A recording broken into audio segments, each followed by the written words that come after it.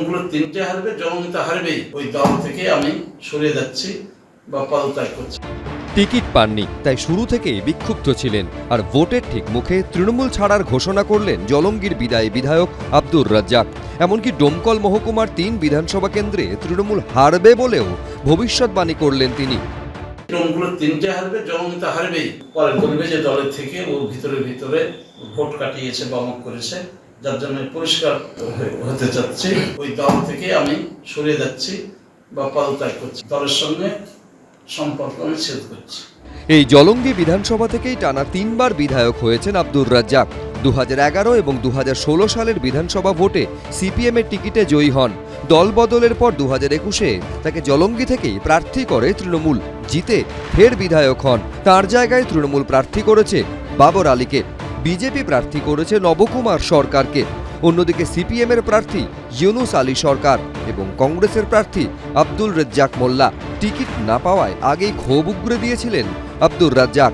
বিদায়ী বিধায়কের দাবি, এবারের ভোটে জলঙ্গির পাশাপাশি রানীনগর, ডোমকল হাতছাড়া হবে তৃণমূলের। 2021 সালের বিধানসভা ভোটে এই 3 বিধানসভাতেই জিতেছে তৃণমূল। এদিন তৃণমূলের ভোট কুশলী সংস্থা আইপ্যাককেও নিশানা করেছেন জলঙ্গির বিদায়ী বিধায়ক।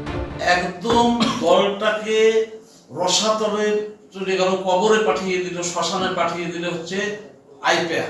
গোটা রাজ্যে একটা আইপ্যাক বিজেপির দালালি করছে। পরে কিন্তু আমাদের দলও একদিন বিবৃতি দিবে। মুর্শিদাবাদটাকে শেষ করে দিল। কত টাকায় যে এর সঙ্গে ডিল হয়েছে আমি জানি না। তৃণমূল দল যথেষ্ট সম্মান দিয়েছে, বিধায়ক করেছেন, সবই করেছে। কোনো রাজনৈতিক দূরদৃষ্টির অভাব আমি মনে করি। আর ওনাকেও যেমন জিতিয়েছিল তৃণমূল কংগ্রেসের মমতা বন্দ্যোপাধ্যায়, অভিষেক বন্দ্যোপাধ্যায় এবং সাথে বুথ স্তরের কর্মীরা।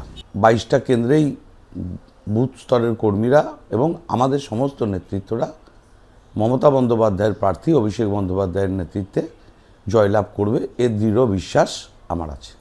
ভোটের মুখে তৃণমূলের দ্বন্দ্ব দেখে কটাক্ষ ছুটতে দেরি করেনি বিরোধীরা। ভালোই তো হয়েছে, আমাদের চাই সেটা। আমাদের যা তৃণমূলকে সারা পশ্চিমবঙ্গে উৎখাত করে দেওয়া। 5 বছরের মধ্যে তিনি বুঝতে পেরেছেন এই দলটা কি। এটা ঠিক শুভবুদ্ধি সম্পন্ন মানুষ বুঝতে পারছে যে ওনার শুভবুদ্ধির উদয় হয়েছেন এবং সেই কারণেই সিদ্ধান্ত নিয়েছেন। এখন পরবর্তীকালে তিনি কি পদক্ষেপ নেবেন, আমি মনে করি লেখাপড়া জানা লোক, নিশ্চয়ই তিনি সঠিক সিদ্ধান্ত নেবেন, যেটা তিনি ভালো মনে করবেন। শেষমেশ কি হবে জলঙ্গি, রানীনগর, ডোমকলে? এই 3 কেন্দ্র কি ধরে রাখতে পারবে তৃণমূল, নাকি আব্দুর রাজ্জাকের ভবিষ্যৎবাণী মিলে যাবে? জানা যাবে 4 মে। রাজীব চৌধুরী, এবিপি আনন্দ, মুর্শিদাবাদ। এবিপি আনন্দ, এগিয়ে থাকে, এগিয়ে রাখে।